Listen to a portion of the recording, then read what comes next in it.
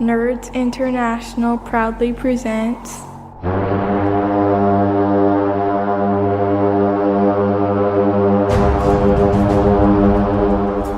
Alpine, the fourth realm of Earth, a world of fantasy adventure awaiting your imagination.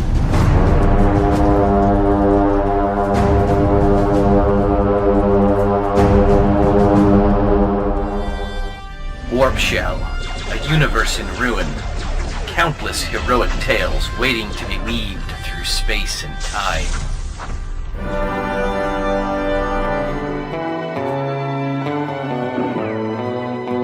Ghost Mountain, a place caught between heaven and hell, filled with fireside tales of the Wild West. These are the worlds of Index Card RPG, and this is a podcast about those worlds. Welcome to the Threats, Treats, and Timers podcast, episode 1. I'm one of your hosts, Gary, aka the Murder Hobo, and I am here, as always, with none other than Victor Diaz, the man, the myth, the legend. Yeah, boy! But wait, there's more. What bird from yonder window chirps? What light through stained glass window shines? What beast from the depths unseen gurgles forth? Frank L. Turfler Jr. of Middle Kingdom's Adventure and Trading Company, the creator of Free Map Friday, and maker of New Babies. What's going on, Frank? Welcome aboard. Oh, thanks for having me. Just playing games with my kids and hanging out, making maps. Oh, what'd you think of my spectacular introduction? Yeah, that was very good. I especially like the crawling up through the depths. Because Fantastic. That's how I feel this week. Yeah, no, I bet. It's one of those weeks, eh? Super Bowl Sunday. February, what day is it today? It's the 4th, something like that? So yeah, it's all good. Yeah. Here we are, Sunday night. We're going to kick this can around a little bit. What are you working on this week for Middle Kingdom's Adventure? You got anything you want to talk about? Anything you want to throw out there? I kind of got a toss-up this week for Free Map Friday. I think I might be going back to some of the hand-drawn stuff, especially since we're talking about ICRPG. It fits the subject pretty well. Probably see a nice little hand-drawn map that, one of the geomorph type stuff. Nice. So, you do like a print and paste kind of a thing on your cardboard stuff and whatnot? Is that what your 2.5D stuff is? Yeah, it started out as print and paste 2.5D stuff because I got tired of painting. And so I just decided I was going to start making stuff up in Photoshop. And if I'm making it up for me, I might as well make it up for everybody else. So I set up the Patreon, and things have been going pretty good. A lot less work than painting up stuff. So I enjoy it, and I think other people do too. Works really well at the gaming table, and because I game a lot with my kids. Coolness. What about you, Victor? What are you swinging this week? You play any games? You do anything interesting? Well, everybody, you guys know how I do it. A little bit of this, a little bit of that. Still cranking away at Savage Rifts. Savage Rifts Google page. Everybody knows me as a Savage Rifter on the other podcast. But coming in here to talk about Index Card role-playing game, and that's been on my mind a lot this week since we're going to be starting this first episode here. One of the things I've been doing is going through a lot of my old documents, a lot of ideas I've had for, the last 9 months or so, for as long as I've been playing ICRPG, or at least since I've known about it. Frank and I started working on a campaign we'll talk about more here called Leviathan as we go through the shows. I have the Mecha rules for ICRPG. I just posted that up. It is my version 2, probably the world's version 1.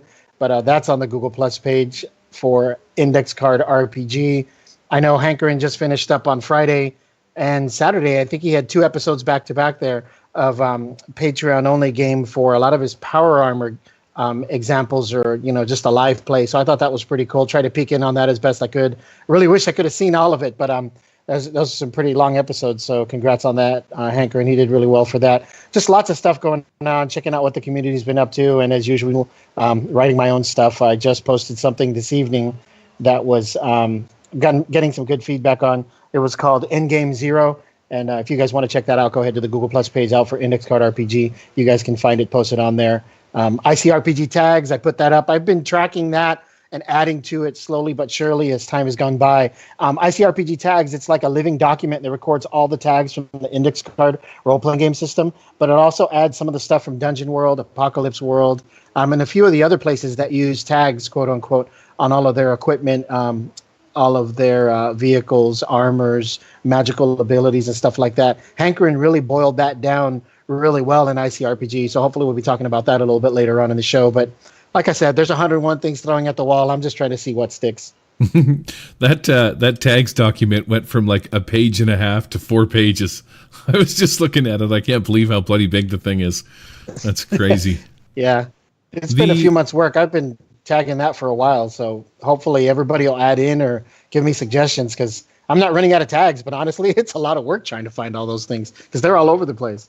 What's the mech thing that you're working on? What is that?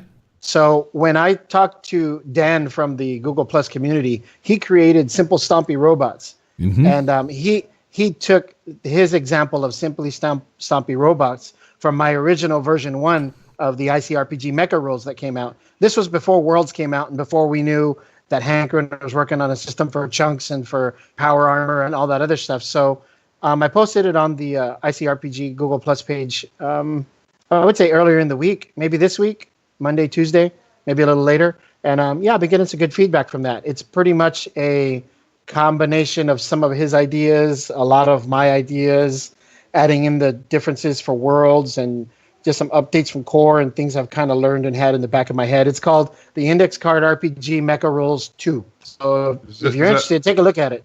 Is that like Robotech for ICRPG? Yeah, that's exactly what it is. It's I took kind of the concepts of what mecha are from anime and from games and from war games.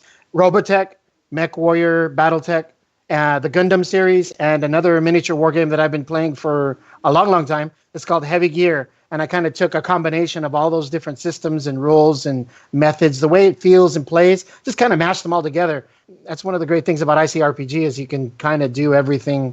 You can kind of make up a lot of it up as you go because there's not a lot of rules that are covered. It's really, really light, and it works really well as long as you work within that basis that Hankerin's given us.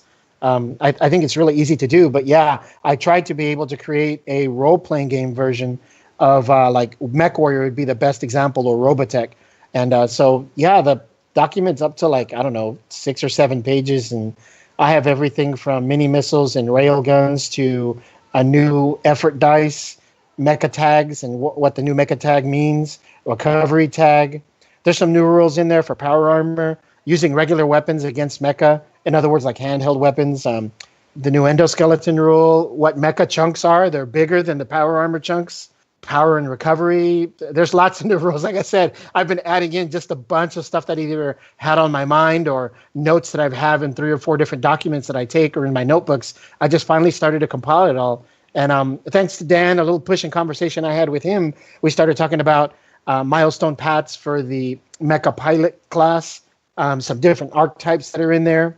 There's 28 different weapons in the loot chart right now. There's 42 different mecha systems in that loot chart. So I'm adding to it. I'm hoping to get up to at least 50 each, maybe 100, depends on how much more stuff I can make up as we go. But I've even got stuff in there, a little blurb about psion pilots and using psionic abilities with mecha, because I know that was really big in a lot of the anime movies. And I've been a big mecha head for years, so it's been really nice to kind of sit down with a system that's really flexible and allow me to make it up as I go and make it up quickly and not have to worry about all the superfluous stuff that's out there holding all the other games down. Because that's one of the really downfalls of a lot of mecha role-playing games or that type of anime games is the dynamic of the system and the way you're playing 2 characters, the physical body and the mecha body. It kind of slows the math down, slows the dice down, because there's so many things you have to work with. And Index Card, it's been a perfect fit so far. Yeah, it'll be fun to see how far we can stretch this system. There's a lot of different ways that it can go. I mean, we've turned it into a pretzel on the Google Plus page, and to be honest with you, I haven't seen it break yet. I think the fact that it's really light is only just an after effect of the true core of what the game was all about. You know, bringing the story to to all the players and to make it easy for a GM to be able to manage it. And that just so lends to the simplicity of the system that it just makes it fun to goof around in. I'm really looking forward to, and I've noticed too lately, I don't know if you guys have noticed this, but ever since Worlds came out, there has been like a butt ton of people coming out with their side stuff. Dan just came out with his robots that we've been talking about, and then I see the tags thing up, and I see a bunch of other people are starting to talk about cards for initiatives and stuff like that, which is pretty neat. So I really do find that the Google Plus stuff it's something to go check out. The Google Plus ICRPG page, it's loaded with goodies. So this week I'll be putting up a video on my YouTube channel, my Dumbass Murder Hobo Show YouTube channel for the, I did the Flight of the Red Sword. I took the maps, I threw them inside Tabletop Simulator, and I did a bunch of cutting and pasting. And I turned them into 3D environments with glowing green lights and spooky noises and all sorts of good stuff. So if you haven't played Flight of the Red Sword and you're interested in it, and if you ever DM inside of Tabletop Simulator, it's up and available. I've already uploaded it to the workshop. You just look up Murder Hobo Show and you'll find the stuff that's under there. Also, to inside of TTS, I'll be releasing an adventure based on one of the first Alfheim, sort of in the world primers of Alfheim. They talk about Norberg. I had to think of the name of it, the City of Reavers. But I've got an adventure built in with all the maps and stuff like that, and the whole story and whatnot, and some 3D boats, and yeah, a bunch of other cool stuff. And I'll probably throw that into the video too, so keep your eyes peeled for that. Anything else you guys can think of while before we get into the meat and potatoes of this bad boy? There's a lot of stuff there. We might as well just get started. All right, meat and potatoes time. Let's get to it. Walking through Alfheim, getting to know a wilder kind, looking for a purpose in a tavern sign. I will meet you anywhere, cold and gar meets the air, Tirolos Dados, never looking behind.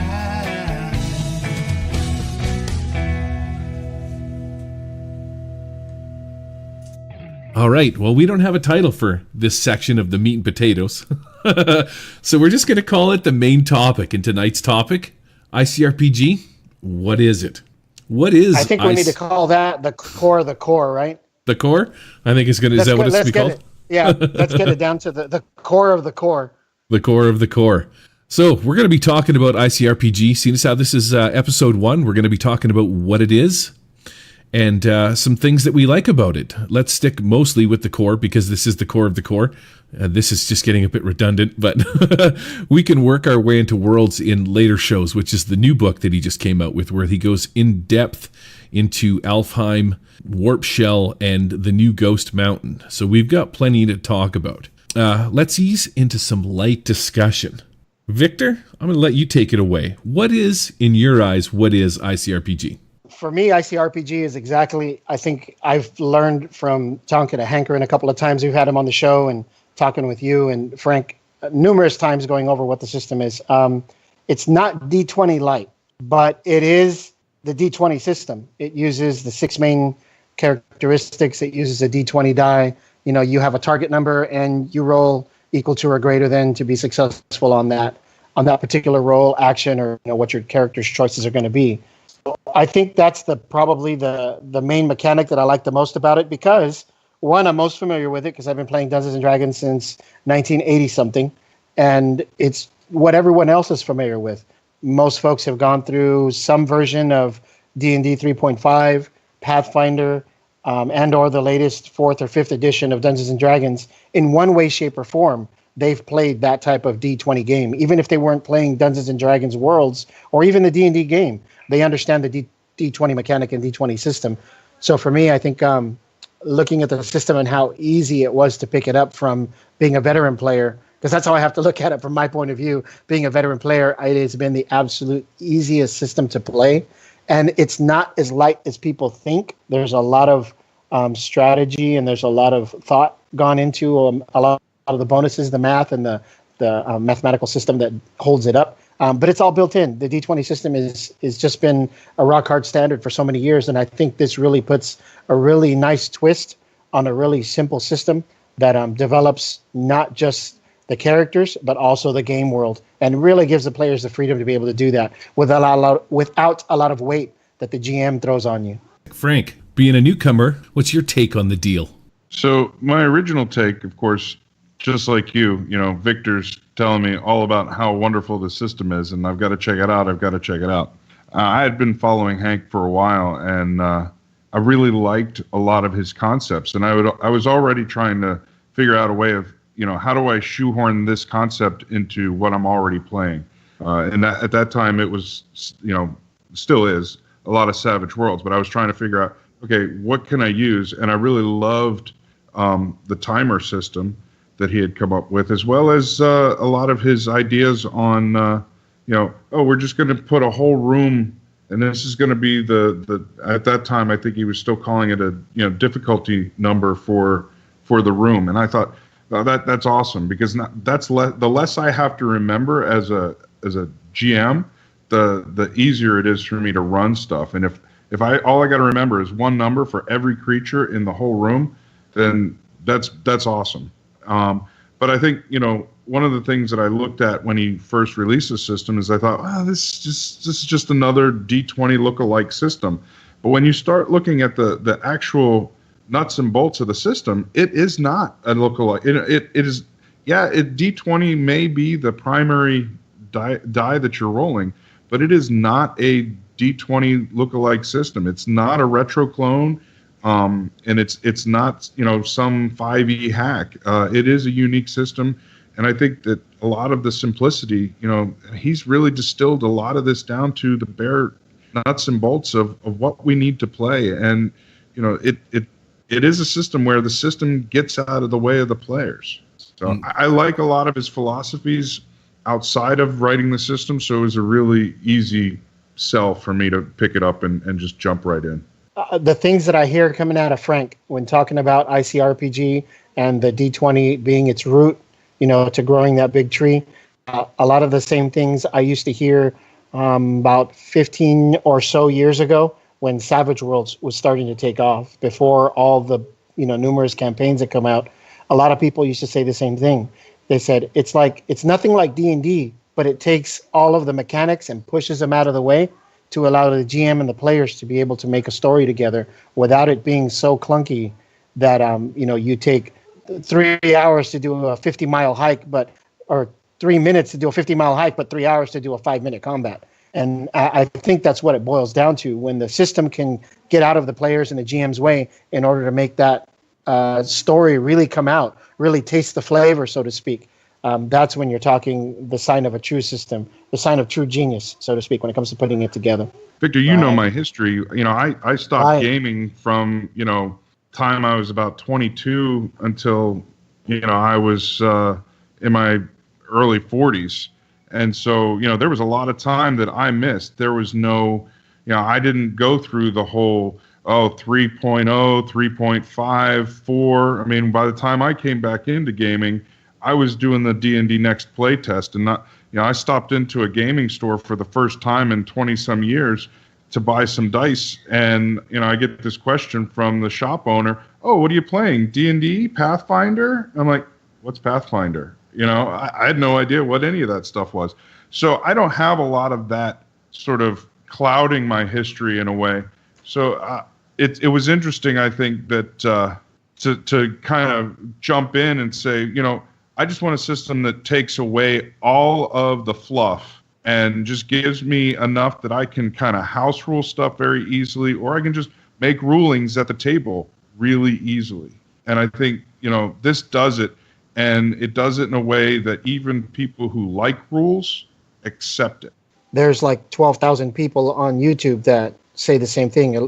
Not only is Hankerin fun and entertaining to watch, he's really great at making you laugh, making you smile, making you cry when he's going over his stories and kind of explaining it to you. But all those other people, there's so many other people that are not just watching him for, the sake of being on a YouTube video. They're actually watching and listening. A lot of them are game masters. A lot of the guys that have been playing the games for a long time, that are running games for their kids and that have been in role-playing games back and forth, and they're jumping back in because of the ease of use of his game, how easy it is to pick it up. And on top of that, because that's not good enough, and I say that in complete sarcasm, he creates 3 worlds from scratch that have never been seen the light of day before. I mean, Alfheim is familiar, and only that the tropes are familiar, but not the world, not the way it's constructed and his methodology behind it. Warp Shell totally blew me out of the water. I've never seen a sci-fi game that does it. And Ghost Mountain, it's familiar, yet different enough to where it's his own. And I really admire that, and I think there's a lot of people who watch those videos and talk about them. I mean, so the player's handbook for 5th edition is where I came back in. I got out at 3.5, and I didn't see any of 4 or any of Pathfinder. And I came back because I heard there was a new edition of D&D, and I've been playing that for quite some time. And it's like when you talk about the simplicity of this system, this one of the cool things about it is when you take the 5th edition player's handbook. That book is probably 3/4 of the pages are spells. And in you talk about the simplicity of Savage Worlds, where it just says, okay, here's a spell called Bolt. Put a trapping on it, call it whatever you want. It basically does the same thing. He's taken that idea and dropped it into ICRPG, given it that sort of Dungeons and Dragons D20 flavor, but scraped off all the crud. The new Pathfinder 2, I think, is 500 and some odd pages and an $80 book. Man, as a gamer, you don't need that stuff. And that's one of the beautiful parts about this system. It's simple, it's easy to use, and it's even like simpler than Savage Worlds. I was going to ask you too, Frank. You mentioned that you play with your kids a lot, and the target number. When you throw down that target number, you said that you have to remember it. Now, when I've played ICRPG, the number is on the table. So I don't even have to tell my players what the target number is. There's no asking, which is one of the slick things about it. They see the number right there. It's on the table. Anything that you're doing is going to be that target number. If you want to do something difficult, you roll hard, and if you want to do something that what I would deem that you could do easily, it's a -3 and a +3 and one target number. Yeah. I read the first 70 pages of the core book. And I basically, the one thing that really drew me to it is I didn't have to go back and read it again. I get his philosophy. I understand the point that he's trying to get across. And when I play Tabletop Simulator and I play ICRPG inside a Tabletop Simulator, the thing that I love about it is I don't ever pick up the rules book and look at the mechanics. Yeah. You just don't have to, because you just play. Yeah, once you grasp what he's trying to throw at you, it's just like you're just like, oh yeah, okay, yeah, I don't need all this other stuff. But Frank, being that you've played this with kids, let's get back to my question. How do they like it? Do you find it's easy to play with kids? I'm a little embarrassed. I haven't gotten a chance to play it with the kids. We're in the middle of a Savage Worlds sort of mini campaign, and I'm waiting to just kind of flip the switch on them, because the one thing that we did this over Thanksgiving weekend, or the week of Thanksgiving, while all the kids were off. I also took some time off, and we played a lot of games that week. And I took them way back to basic D&D, and while they liked it, their biggest complaint was the very first time they missed. They're like, "Oh, don't we get any bennies?" Because they absolutely wanted to reroll. And so the two things that they did that they missed in that game was bennies and exploding dice. So it'll be kind of interesting to see how well they adapt to ICRPG. And I mean, my kids are pretty easy. They just want to clobber stuff. So it probably won't be that bad. But what it will do is, I think it'll give me the opportunity to sort of give them a feel for how deadly a game could be without being over the top. I mean, when you're looking at sort of the old school games, they were pretty deadly, and I think you could get very disenchanted very quickly unless you were growing up when those were the games that you were playing and it was an accepted norm. So I think younger kids, and when I say young, my kids are 6, 8, 9, and 10. Basically are the major ages. I mean, I've got a bunch of them. So I foster and we've adopted a bunch, so it's a lot of fun, and it's good for the kids as well. For the games, it really does. It helps them on top of that. But that's a discussion for another time. I think it'll be neat to see how your kids adapt to this system, because those changes are significant in how they play. They're significant in how you play as a player. It's like playing backgammon and that strategy compared to chess and that strategy. They're both good games. They're both solid games, and they each have strategies, but they're two totally different methods to the same madness. So I think it'll be interesting. I'd like to hear more about how your kids adapt to that, because all of my kids are teenagers, and they've been playing with me for, I think the youngest one has been playing with me since she was, oh God, I don't know, about 5 years now. So since she was about 8 or 9 years old, she's 13, going on 14 now. So all of my kids are practically veterans. I mean, they've grown up playing almost every role-playing game that we've played from 3rd edition on. From my oldest is 24, and he picked up the ball and started playing with some games. He just moved in with his roommate recently and just started playing games. And it's really interesting to have conversations when he talks about the different methods and the different systems. And, he came to me, and I took it as a compliment, because he was telling me just today he was visiting for his birthday. And he was like, it's so much more fun when I play with you, because the world seems more alive. And I told him, you can't take what you have here at home and expect that every time you go to every table, because it's going to be different. It's a different dynamic with the different ages, the different people, the different gaming experiences. So it'll be interesting to see what your kids start doing when you start changing the system in a couple of years, when you ask them, hey, so what do you guys want to play? Savage Worlds or ICRPG? And just to hear what the answer is going to be, I think it's going to be really unique. Another thing you also touched on was the lethality of ICRPG. I've seen Hankerin talk about this on his YouTube videos quite a bit, and he's mentioned it to us as we play, and I think he even might have mentioned it when he was on the show. He intentionally writes the game in his adventures. Not necessarily he goes out to kill them, but he doesn't put on the kid gloves. I don't even think he wears gloves when he plays the game. He's like, look, the DC is 15. If you're not creative enough to be able to come up with the answer, and you start taking damage and taking damage and taking damage, and you're not getting the hint, get out of the room, stop fighting this monster kind of thing, he holds his players accountable to that lethality. So that may be one of the things you want to consider when you play with the kids, because I think kids want to more play the game and less death and less mortality to it. They're more concerned about the story, having fun, and just, how 365 goblins is how much I killed today at a game, and they'll absolutely love that. So I really think you're touching on some really key points to what makes ICRPG unique and what Hankerin's done for it. Well, I think the word is threats. Because you can have a game that is threatening but not necessarily lethal.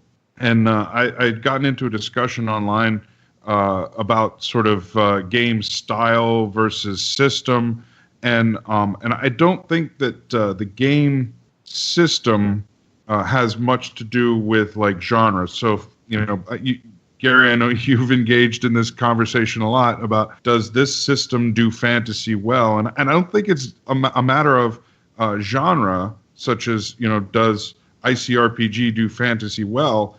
I think the question is, what style of game are you looking to play? Because when we look at games like D&D, I think the modern games are designed for you to play as the main character in a novel, whereas a game like Savage Worlds is designed for you to play like characters in a movie, and the game moves along like that. I mean, a novel, you've got time to sit down and read and sort of take inventory of your wounds. In a movie, things move fast. You're hurt, you're bleeding out, but then you're right back up again. I think there's a style in which to play. ICRPG, I think I don't know yet, but I think it may hit a really good middle ground on that, where it's got a threat to it. Your characters are not necessarily going to win every time, but that doesn't necessarily mean they're going to die. Yeah, the odds aren't in your favor, but you still have a chance. Right. I totally agree with that. I've seen that a lot, especially playing Last Flight of the Red Sword a couple of times. That's kind of been my go-to one-shot. Here's this ICRPG in a nutshell. Maybe because it was the first game I played with Hankerin. Maybe, I don't know. Maybe it's just I'm comfortable in sci-fi. It could be a couple of things. Talking about that, how it makes it easy to play and still lethal enough for you to be able to do that. The tools are there, just the tools don't get in the way. And I think that's absolutely the best thing that makes a good role-playing game. You know, the nice part about ICRPG 2 with it being such a rules light system, there's no reason you can't drop bennies into this game. He already has heroic coins, which aren't really the same. Heroic coins will allow you to add ultimate effort on top of your die roll. So they're not quite the same, but there's nothing to say that maybe that heroic coin doesn't do a little bit more, and maybe dole out a maximum of 3 and see. It's rules light. Before I personally do anything with it, because here's my thing too is he has a heart system. 1 heart is 10 hit points. So when you quickly look at a character sheet and you see, or not a character sheet, but an NPC monster sheet or something like that, or you're dungeon designing, it's easy to look at something and say, okay, 3 hearts, that's going to be middle of the road, kind of hard. 1 heart should be relatively easy for a group of 4 just to paste, like a goblin would have 1 heart, which is 10 hit points. So it's kind of a simple, quick and easy sort of a gauge mechanic, but I don't like attrition systems, and even though this is a heart-based system, it's still an attrition system, because once you break that 1 heart, it's 10 hit points you're counting down. So you're still sort of counting down from 50. Some point later on, after I play, because I don't have a year's worth of people playing the game and telling me how it works and stuff like that, I would like to use the Savage Worlds mechanic, where all the dice explode, and instead of an armor class or a hearts, you just give it a toughness. And anyways, that's a topic for another session, but that's my favorite part about Savage Worlds is the exploding dice, the bennies, and the fact that there is no hit points.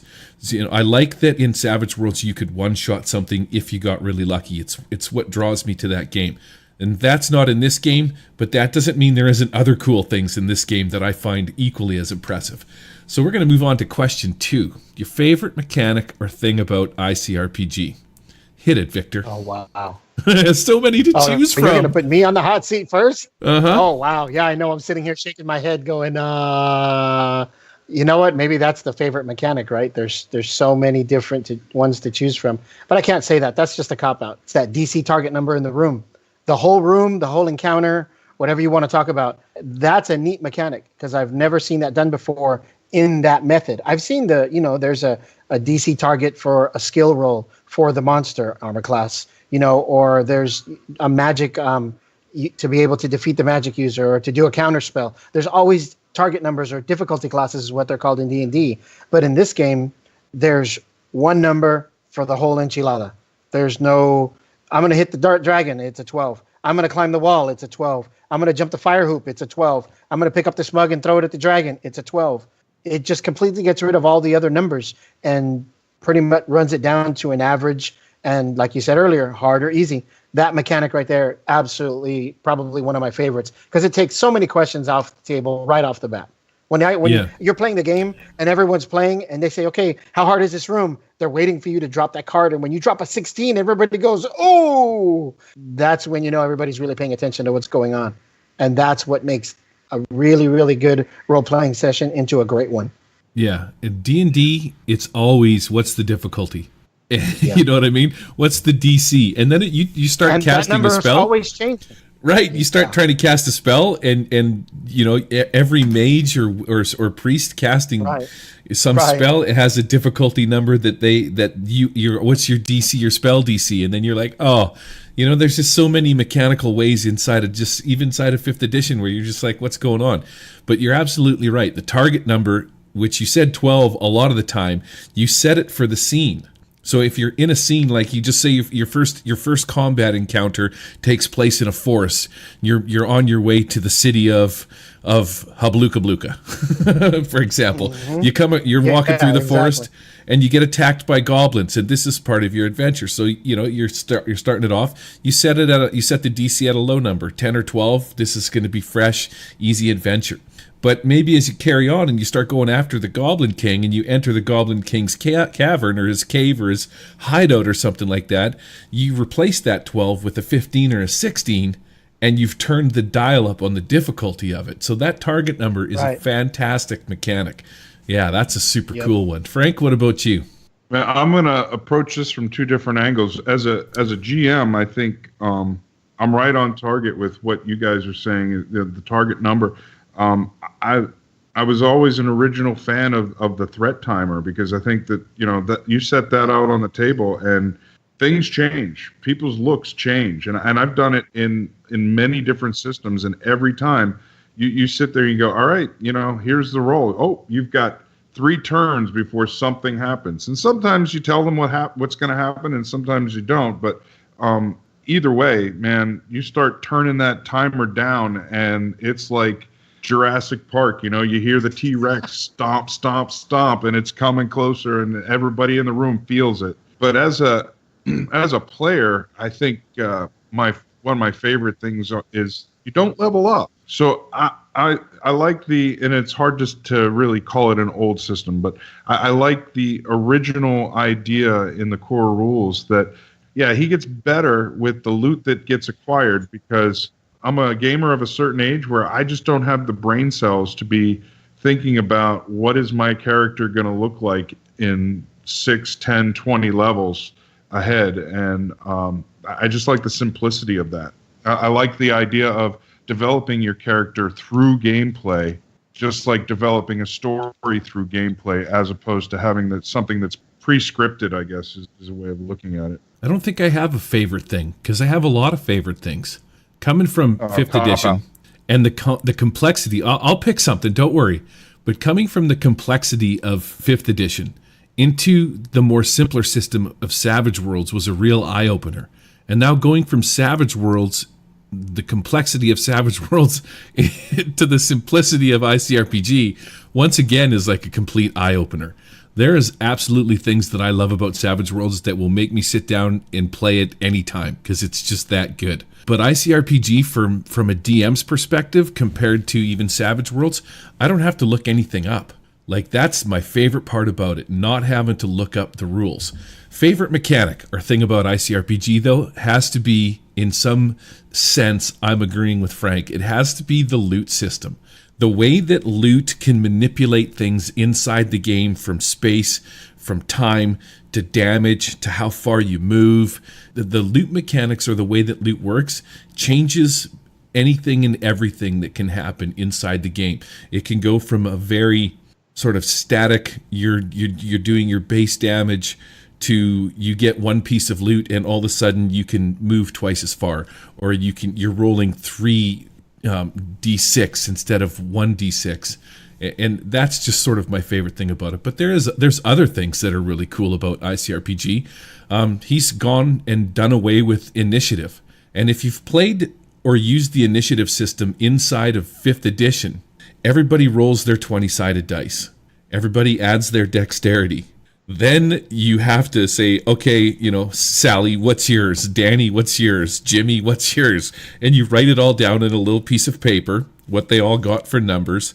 And then there's easier ways to do it, but it's still super complicated. Then you have to look at it and say, okay, well, Jimmy got a 20 and Sally got an 18 and Bobby got a 9, and you have to rearrange them so they go in chronological order, and then you can start combat. In ICRPG, it's just the person to your left. Just go.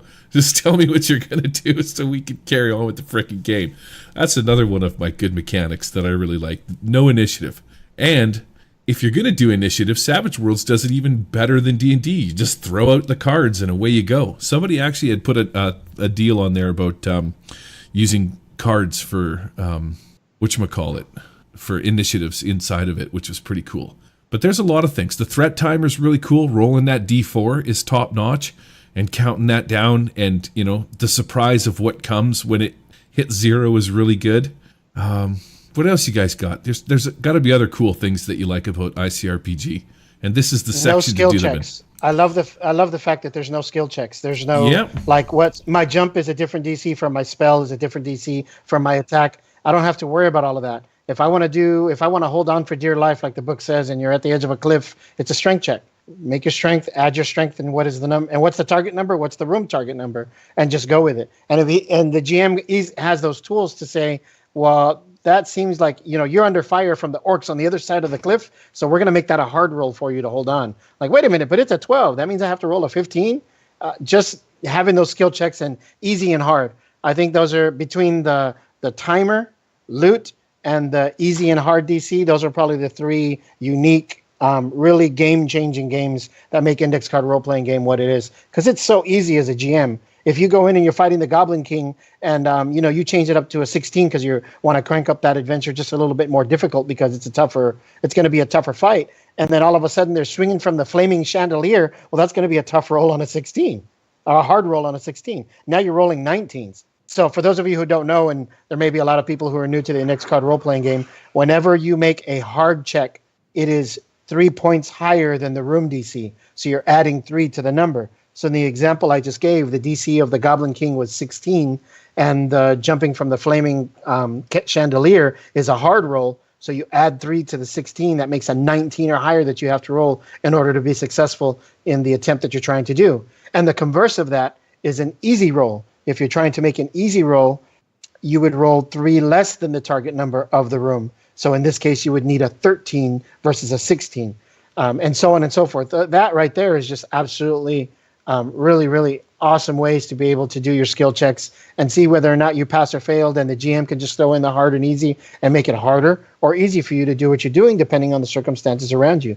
No +2, -2, attack of opportunity. Is it my initiative? Do I have the surprise? Do I get the drop on him? Am I behind him? Am I in his flanking position?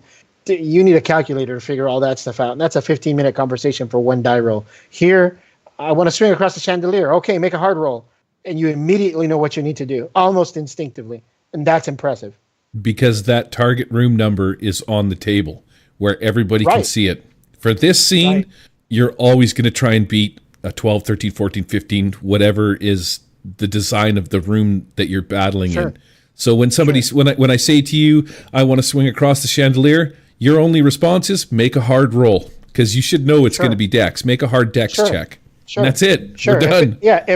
If you're not in combat, or the chandelier's not on fire, or there's nobody trying to snipe you with a crossbow or anything, then it's just going to be a regular roll. The DC for the room is a 12. Roll a 12, and you're going to go on with it. There was that was the thing that you had mentioned too. No skill checks. You don't really have them in Dungeons and Dragons.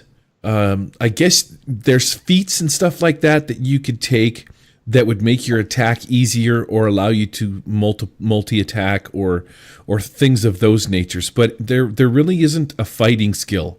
Like Savage Worlds, for example, you have fighting and driving and riding and shooting and throwing and all of those things. But inside of ICRPG, you just have dexterity. If you're going to attack with a melee weapon, it's just your strength. If you're going to attack with shoot with a bow, it's just your dex. If you're going to swing from a chandelier, it's your dex. What are the 6? There's 6 primary abilities, I guess we should call them: strength, dexterity, intelligence, wisdom, constitution, and charisma. And that's it, right? And yeah, those are the basics of Dungeons and Dragons games since the very first edition, I think. It's always been 6 stats. And because of that, switching over to this system makes it in like an inherent sort of, oh yeah, I get it. The familiarity makes switching over relatively easy, because this kind of is sort of like, without being D&D light, it kind of is very D&D-ish without all the turds attached. Yeah, well, it's to based D&D. on that. It's based on that D20 system, and if you've taken the time to learn Dungeons and Dragons or any variation of it, you're going to pick up ICRPG like it's a piece of candy, because it's going to be sweet and short, and absolutely love that. We've been playing Pathfinder once a month with our local gaming group, Frank and I. And, you have a litany of skills in Pathfinder. They call it Mathfinder for a reason. But you have acrobatics, you have arcana, you have athletics, deception, history, insight, intimidation, investigation, medicine, nature, writing, performance. I mean, I could go on and on. There's like a list of 20-plus skills that you can use and put your skill points towards and kind of motivate, move up, adjust, plus or minus for magic, for other things, in order just to learn how to ride a horse. It's like somebody put RuneQuest in my D&D. Yeah, pretty much. Yeah, same concept, right? They got chocolate and peanut butter. RuneQuest is a D100 based game that's all skills, right? And oddly enough, they use the same 6 attribute scores, and you roll 3d6 the same way. And much like D&D, they disappear because all you do is take the bonuses. And maybe that's a good segue into the fact that you don't bother with the roll in ICRPG. You get, 6 points, and you can stick them in wherever you want. Yeah, Yep. but you take those 6 points against your abilities and your armor class and your efforts, Right. which is And that another great and concept. that becomes your +1, your +2, your Correct. +3. Correct. It kind of gets, again, you're taking away a lot of that extra stuff because once you roll those 3d6, Yeah. until more recent games, that was just a score that sat on your page that says, oh, this is what I look like. Yeah. Oh, I've got an 18 strength. Well, I'm Mr. Beefcake. Right. There were very few mechanics or systems that took advantage of the actual ability score of the number of strength itself, for example. No one ever subtracted points from strength, or there were very few DMs or very few game systems that were adapting that D20 system to be able to manipulate that. For me, being able to do that was like an advanced GM trick. No one does that. When you take poison damage, you would take damage to your constitution, and that would reduce your constitution. And what a lot of people don't know is back in the day, if you had any of your ability scores drop down to 0, you would be considered unconscious or dying. And a lot of that's been gone away, but there was so many systems on top of that it was difficult for a lot of people to manage and maintain that kind of game with that kind of fidelity. And ICRPG absolutely does it really well, does it really, really well.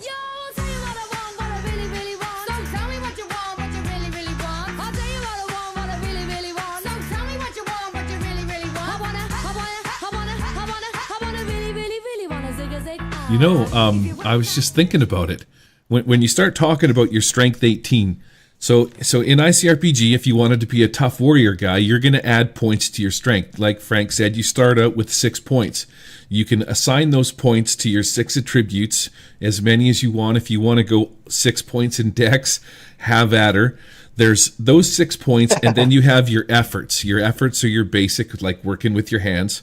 That's a D4. You have your weapon damage, which is a D6. Doesn't matter what weapon you're wielding, it's going to be a D6 unless it has some kind of attributes to it, like a magical weapon. That number will change. But if it's a standard, basic, non-magical weapon, it's going to be a D6. Any spell cast is a D8. Recently in 1.3.5, they've added exploding dice, but I believe that you have to take the starter book or something like that. You have to take the starter piece of loot that makes that explode. I don't know if that's a straight up rule. And then you have ultimate. So if you roll a 20, you get your D12 and you get to add that on.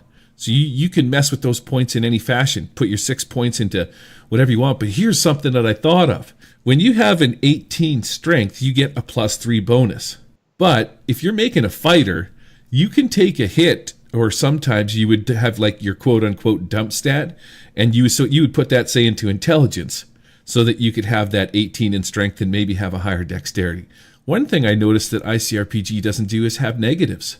I'm thinking that's a new cool rule. You could subtract, say, maybe a maximum of 3 points from one of some of your other skills to maybe increase it. So let's say you wanted to make that smart wizard and put 6 points into intelligence. You could take 3 from strength, but now remember, you're always going to be rolling strength -3. Just a thought, throwing that out. What do you think? I like that. You know what? I think I think Hankerin designed it that way on purpose. I think because he hates having to do the math, having to use advantage, multiple rolls, all kinds of other stuff. I think he created bonuses only in the system because it's easy for people to add. It's harder for people to subtract. And the moment you start doing positive numbers, negative numbers on a DC roll, it just starts to get into Math Hammer again. And I think it's done. And I want to say he's done that, or he's spoken about this before, but I'm not certain. I could have sworn this conversation has been had on the Google Plus page, but I think all of the methods as the system is generating, they're all bonuses for a reason. It's not just because he's never added negatives in there. I think he's thought about that. Yeah. It's just the way he wanted it. And like I said it's a good before, concept. I'm not changing anything. Like I see a lot of people adding stuff to it, throwing in their rules. I'm not changing anything until I've played with this system and see how it fleshes out over time. And this is the reason why. Like he's designed the system in such a way, and it's been play tested by multiple people in numerous situations over the course of a year to get to where it is. And there's no way I'm ever going to have that kind of sort of a background or that knowledge of the system to see how things affect things in the long run. So yeah, it's a good thing that, see, this is why we discuss this stuff. So, as an armchair designer, I think it's a great policy that, especially with a new system and a new to you system, that you play it for an extended period of time, rules as written, before you start making any kind of changes, because you may make a change early on that, turns out later on wasn't a good change, and the designer has already done those types of things. Mm-hmm. So, I'm going to play it rules as written from the core book. I don't even know that I'm going to add any of the world's additional rules in, unless I'm playing like with new classes for, the Western stuff. But other than that, I want to play it rules as written, and I'll do that with the kids as well. And I don't want to taint it just yet. Yeah, you said taint. Oh, wow. We're going to jump all over that, too. There it is. I thought there was going to be one episode where I wouldn't go there. And no. Good point. And here's I'm just going to add on that as like a free GM tip that I would throw out there. The reason that I would mostly play it rules as is right out of the gate is for that exact reason. You don't want to change stuff because you're right. They might have already thought about this. But here's another reason you don't want to change stuff. You make that one stupid change or one cool change and you think it's going to be awesome, and it turns around that it just like overpowers this person in such a capacity that it throws your entire game off. It's hard to then say to that player that you've changed the rules for to make them come back around. Like, it's easy to give people stuff. It's really hard to take it away. I think that's a good rule in general, just when you play any game. If you play Dungeons and Dragons, pick up the player's handbook and don't pick up another handbook, pick up another splat book. Don't go into any other system until you've become at least an intermediate level of a gamer or as a player in that player's handbook. Then you can start branching out and going into doing some of the other stuff, because there's a lot of gamers that do that and they get frozen with all the number of decisions that they have in front of them. They can't seem to get out of, oh my God, what should I do? I have 100 things to do. Which one should I pick? And everybody's yelling, pick one. And they pick number one. And okay, I roll to hit. Yeah. And that sounds like every time I play Pathfinder. Yeah, it is. Yeah, they don't call it Mathfinder for nothing. It can be like that. It's really tough to be able to match your actions with what you want to do in a game. And ICRPG is great about getting rid of all that stuff and just go ahead and go. I was playing at the store, and this one kid that had showed up there with a buddy of mine, Grant, he was playing with his nephew. And so I had decided I'm pretty easygoing. I if you want it, I'm pretty much 99% of the time just going to say, go ahead and do it. Like, I don't really care. We were playing with Harrison one time. He's like, oh, can we level up? And I'm like, yeah, go ahead. Just whatever. But anyways, this one kid, we're playing, anyway, we're doing the D&D adventure as League stuff.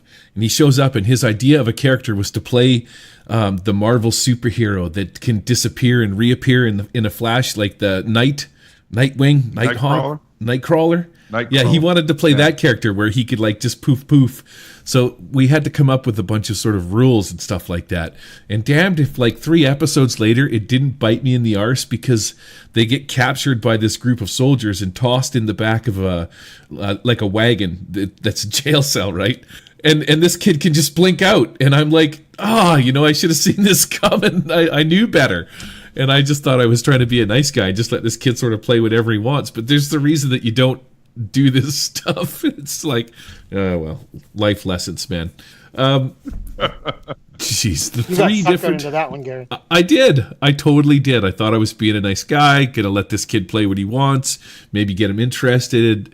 And yeah, didn't it turn around and bite me right in the arse three sessions later when they were supposed to be on purpose captured and taken somewhere, so that the story could continue, and this kid could just blink out and basically kill people. It was like, all right. Anyways, let's talk about the 3 different worlds. There was 2, and now there's 3. Now that the Worlds book is out, the first one being Alfheim, which is a very slick setting.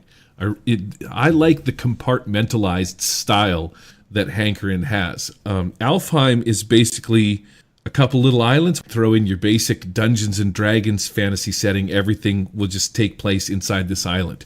Yeah, Alfheim's very classic. I wouldn't say Tolkienish, but it's about as classic fantasy as you can get. I know it has a lot of the names and titles from the Cthulhu mythos.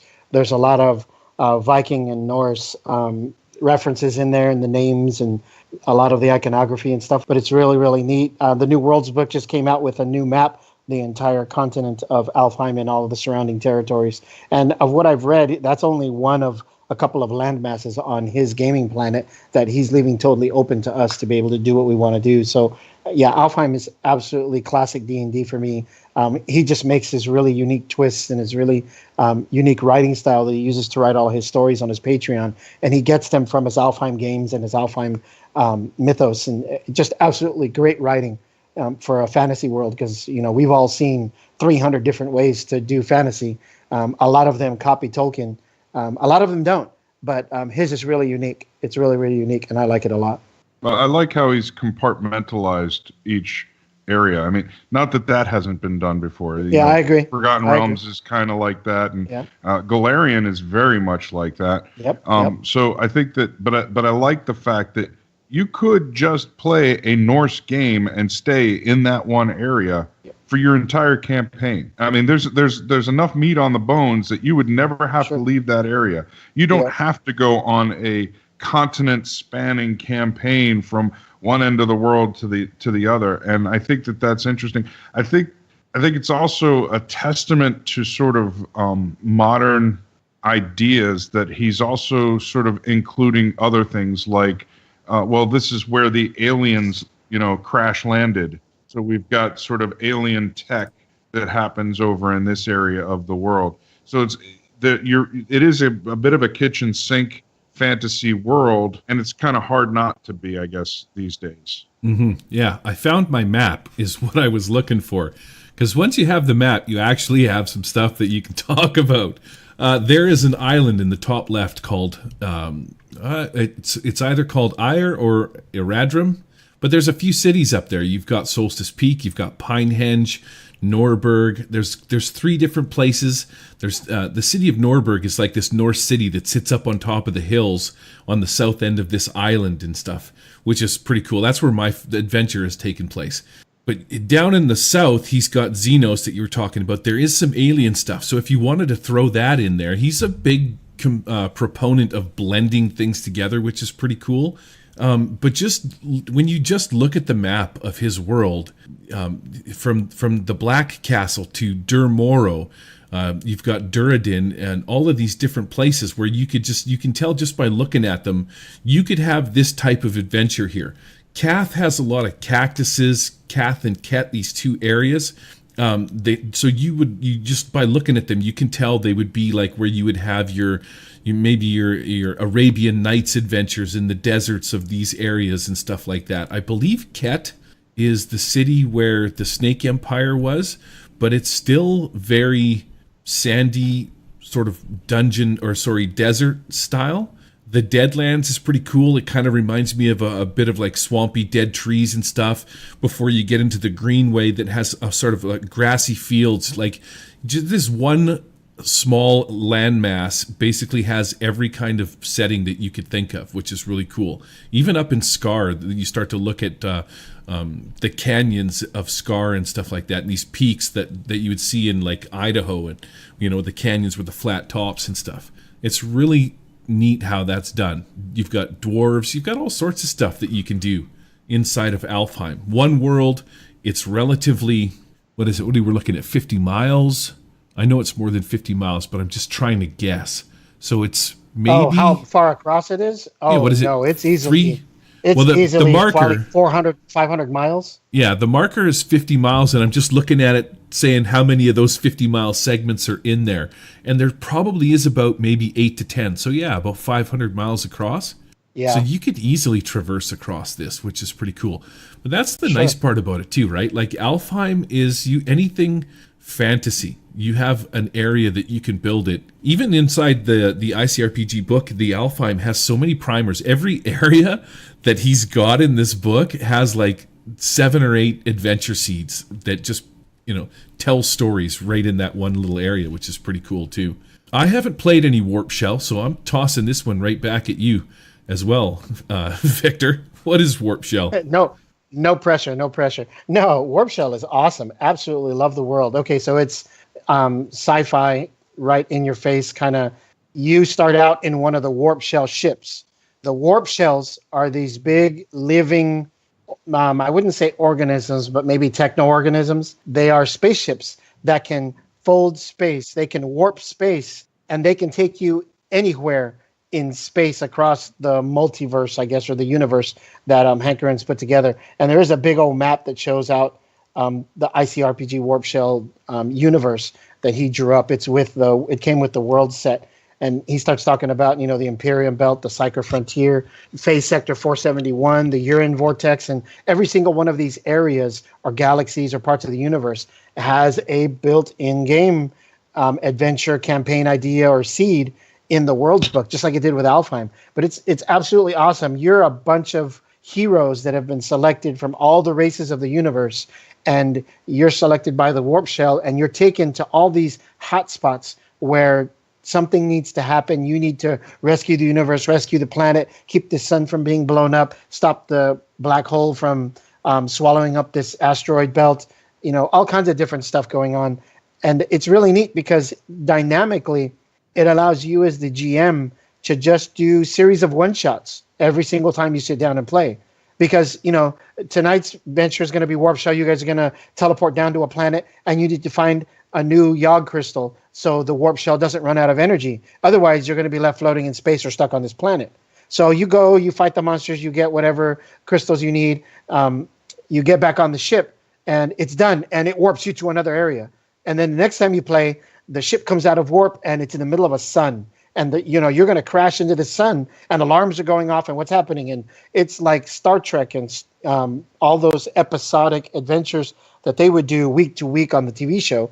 That's what the Warp Shell allows you to do. But it's really cool. It has a lot of the turtle guys, or the turtle race called the Tortons, are a lot of fun to play.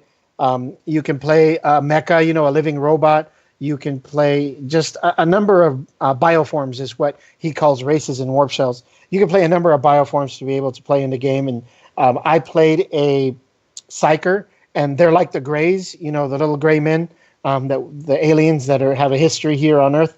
It is believe what you believe, but these guys have psychic powers, and mine was a fragment. He could use magical abilities, and he was, psychic abilities, and he was just one member of a team. We had a big Torton warrior that was with us. We had another stealth guy that was all into the shadow and hiding and turning invisible. It was really awesome. So you really get to run the gambit of all the different kind of races and bioforms and magic and tech, all thrown in together with laser guns, plasma grenades, and haunted ships and Lost Flight of the Red Sword with all the monsters that were in it. That's it in a nutshell, because there's a lot to cover when it comes to Warp Shell. And the New Worlds book just blew that whole game up. It just made it into a beast of adventures that you can handle with that.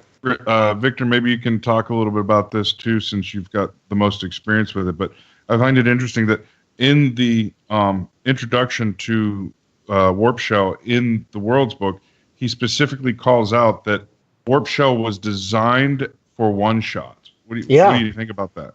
Yeah, I think it's absolutely awesome. I think a lot of the times we get caught up into playing a bunch of campaigns, and really, like he said, do 3 encounters, put a twist in the middle, throw a big, giant fireball at the world at the end, and just play through the game. One thing that we haven't talked about that Warp Shell I think Warp Shell is really good at, but ICRPG also hits the nail right on the head, is the speed at which you can play games. The first time I sat down with my family, with my kids, to play this game, we were in Alfheim, and I believe we were playing one of the dungeon adventures in Alfheim that he had just quoted. And I literally, it was one bullet point that I used out of his story seeds in Alfheim to be able to play this game. And we played for about 2 hours. And that's a short game. And they didn't think that's all the time that we had to play. And my boys thought, we're not going to get through this. This is going to take forever. We're going to make characters. We got to get started, got to build our world history, got to build our bonds, get our connections with the players, with the world, family, magic items, plan our adventure out, and all this other stuff. And in 20 minutes, we were up and running, and they go, "Is that it?" I'm like, "Yeah, that's What do you not need to know? Or what do you need to know that we haven't already talked about? And they started looking it over. Well, what's this? And well, where's this at? It's right there. Well, what's this number? How do I do this? And and it was just the speed at which we made characters, went through the adventure, got about 3/4 of the way through the adventure, and I left them on a cliffhanger after the second encounter. And they absolutely were floored at, wow, we've been doing it all wrong this whole time, because they thought, like, this is the way it's supposed to be. Like, it should be this easy. And Warp Shell allows you the ability to do those one-shots and play the game even quicker. Really get the ball rolling, get it going, hit a concise end. And next week, even if you have different people at the table, it's just pre-built to be able to have those adventures and pop in and out of time and space and different areas, different locations, different worlds, different bioforms. And the stories are written absolutely wonderfully. I mean, he talks about one like on the Ghost of Zevos, where he's talking about, so that's an entire adventure that he's written out. The first one's called The Crystal Caverns. The second part is called Crucible of Zurin. And the third part is Tortured Souls. If you're going to sit down with your gaming group and you've got 4 hours to kill, you could easily go through every single one of those encounters and to make characters all in the same night. You could go through all of that. Or you could leave them at a cliffhanger near the end of Tortured Souls and kind of have a big climactic fight when you come back to it. It just depends on how experienced your guys are and how much, role playing they want to do. But ultimately, you could crank through every single one of these adventures and be done with it. And what happens in the end? You get teleported back, or you transport yourself back to the warp shell, and boom, it's gone. See you next week. And that's the end of it. And I absolutely love being able to have that flexibility. I've been dying to play with our group to see what they think about Warp Shell or Ghost Mountain or even Alfheim. Because I was sitting there playing Pathfinder with them the other day, and the only thing that was going through my mind for the 3 hours that we were there actually playing the game was, man, this would go so much faster with ICRPG. Man, I wish I didn't have to roll so many dice or do all this math. There's just so much stuff that's just superfluous. It's just extra fluff that you don't need as part of the game. You can sure tell who the big fanboy on the show is, hey Frank? who knows? Well, I think if it weren't for Victor, neither one of us would be playing ICRPG. Yeah, you are not kidding. That's true, Gary. I am a really big fan of it, but probably because I have, out of all my gaming group or my gaming buddies, the people that I know that are my friends that I've known for a while now, I'm the only one playing it, or I'm the one who has the most experience playing it. And hands down, I've told you, Gary, and this is what sold you on it, I may never play another role-playing game system again. All I'm doing in my head is I'm converting everything over. I'm converting Savage Rifts over to ICRPG just so I can play it, so it can be even faster. Because despite Savage Worlds being a quick system, Savage Rifts is like the encyclopedia of Savage Worlds. Because you use everything, literally every rule, and then some that are not there. So it's not as fast of a game as I would like it to be. I think RTRPG solves that. And Warp Shell proved it to me. So now it's just a matter of logistics and time. I'm going to end up playing it one way or the other. The one thing, too, like you say, immersion is something that you hear them talking about all the time. And no matter what system you play in, whether it's Savage Worlds or D&D or, pick one of them, there's always that point where you got to stop and look at the rule book and sort of everybody that I, as a DM, find is where you lose people. The second you stop the game to look up a rule or check this out, and I'm guilty of it in Savage Worlds because, there still is quite a few spells and stuff like that you have to look up, which is cool because in that's what ICRPG with the D8 for magics. And, cast a spell, it might have some effects, but if it's going to damage, it's just going to do this. I really like that. That's why I was saying earlier, like, not having to look at the rule book is fantastic to get that greater sense of emergency. You're quickly carrying on to the next person, the next person, the next person. And it's not about how fast you're going. It's the fact that you can go fast. You can keep everybody involved. The guy that just rolled the dice doesn't have time to go to the bathroom and get a pop or a bag of chips or whatever, because it's going to be coming around to him right away. That's another nice draw is keeping players involved. The last world that he's come out with is Ghost Mountain. Yeah, which is a really unique Western setting. And I wasn't aware of this at the time. I thought it was going to be a full Western setting, but it's actually not. It is the story of this kid, and I don't remember what his name is, but Hat Martins. Yeah, and it starts with him, right? And it's the devil and god or something like that get in a fight over this ghost mountain where all of these yog crystals, I believe, are in there. And this mountain gets ripped off of Earth or a planet, and it's sort of stuck in limbo between heaven and hell. And as this fight plays out, you do all these adventures, and it's got a campaign twist, but you could, again, literally play any Western adventure inside of Ghost Mountain. It has that flavor to it, which is really cool. I like the souls aspect, too, that you can gamble for souls and stuff like that. It has a unique twist to it. We'll leave that to talk on another day when we start talking Ghost Mountain, because I was like giddy as a schoolgirl when I saw that going, are you kidding me? You get to bet souls? What the hell is all that about? And I just started reading it, and it's like, one column on a half a page, and it's completely what makes the game unique and different than any other game I've ever played. Yeah. Frank wrote in the show notes, one world is missing: pirates. I'm like, yeah, we brought that up, and it was a little disheartening to hear him say he wasn't a fan of pirates. So I don't think I'm going to get my 50 Fathoms ICRPG wish anytime soon. I'll have to do it myself. Well, I don't know, Gary. You know, we've been talking about it. We've been talking about creating the Leviathan world here for a while. Yeah. So you might get your wish. You might get pirates thrown in on there, but we'll see. We'll see how that goes. I can see Hank's point though, because he did manage to say, pirates has been done to death. Yes. There's every single way, shape, or form of a pirate is a pirate is a pirate. Yeah, I tend to agree with that. I think there's a few twists and a few, there's still some more blood to get out of that rock, but it's going to be pretty typical. But we'll see what we can come up with. Yeah.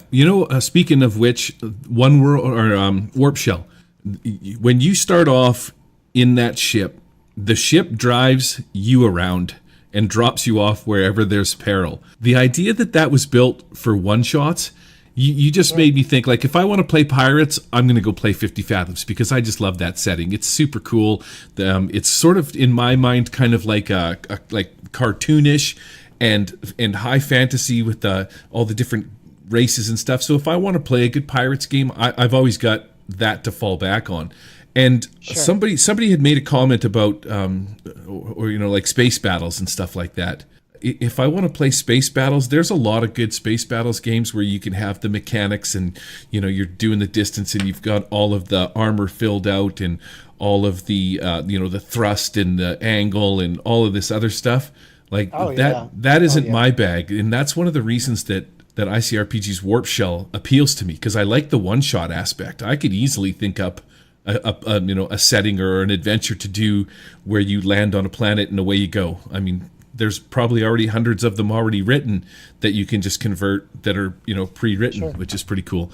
Yeah. All right. And you don't have to worry about stellar dynamics or thrust and power and atomic energy and warping folding the space, and you don't have to worry about all that stuff.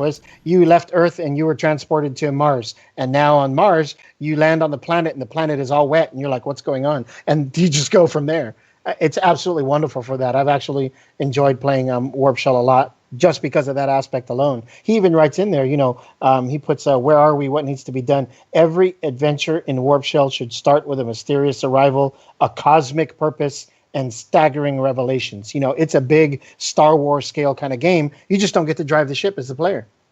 I have spent a fair bit of time 3D-izing the Flight of the Red Sword maps, and I'm going to figure out how I can use them in a non-Flight of the Red Sword adventure, because I already know how the adventure pans out. I've listened to it, and I got to put them to use.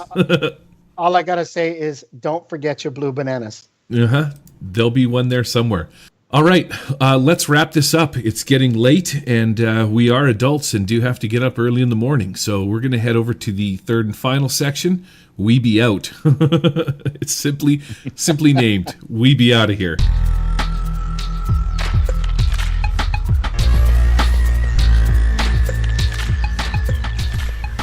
All right, hopefully that fills you in a little better on ICRPG. If you're on the fence, unsure, or still don't have enough info to make you pull the plug, maybe you don't have the cash, the car broke down, and you bought that extra box of donuts. Whatever the case may be, I say get out there, collect some pop bottles, mow your neighbor's lawn, or my old favorite, wait outside the gaming store. Just beat up some nerds for their books, their money, whatever. Get yourself a copy of the ICRPG core rules. Murder Hobo Show in no way advocates violence against nerds. Victor. Here we go. Here comes the song and dance. Ladies and gentlemen, you can reach us at murderhoboshow@gmail.com or in the subject line if you put ICRPG. You can also get us on Twitter if you can keep it under 280 characters, because that's right.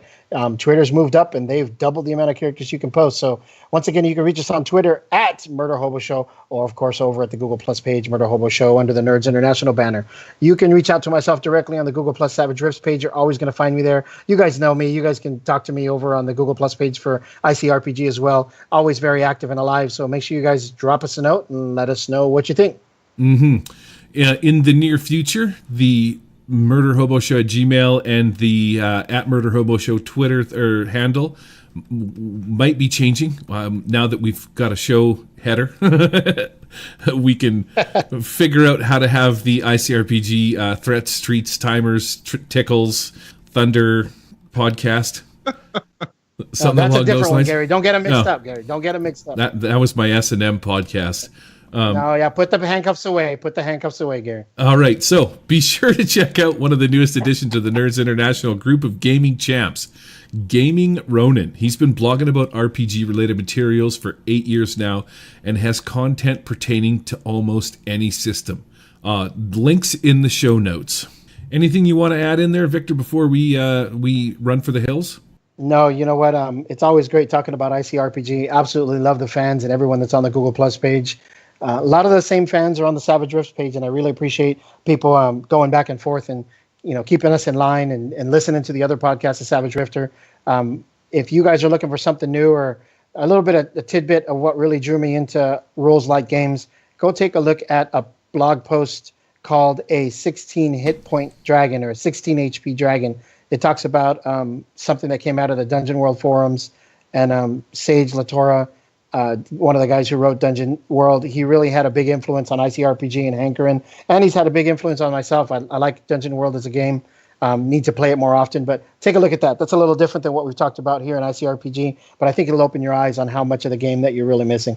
Frank, you got anything you want to add? You can find me at Patreon//Frank T and everywhere on Google Plus. Coolness. I'm hoping maybe next time, maybe within the next 2 episodes, we can do one of them. So to me, I'm thinking it's one of the more important topics to get at right away, and that's conversions. It's something I'd like to hit up. But you can find all of this in the show notes. And all right, thanks everybody. I think that's going to be it for us. Victor, why don't you take us out of here with a song and a dance there, sweet cheeks? Yeah, sorry, I forgot my dancing shoes today. Wow. Why are you always such a bummer, dude?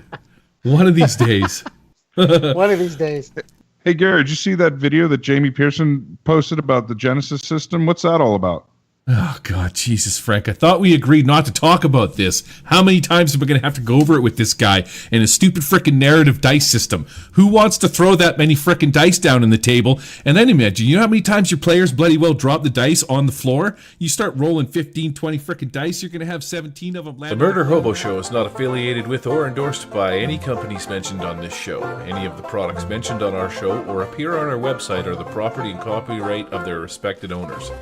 All items are used under fair use and educational and review purposes. All other items are the intellectual property of the Murder Hobo Show, copyright 2017, all rights reserved.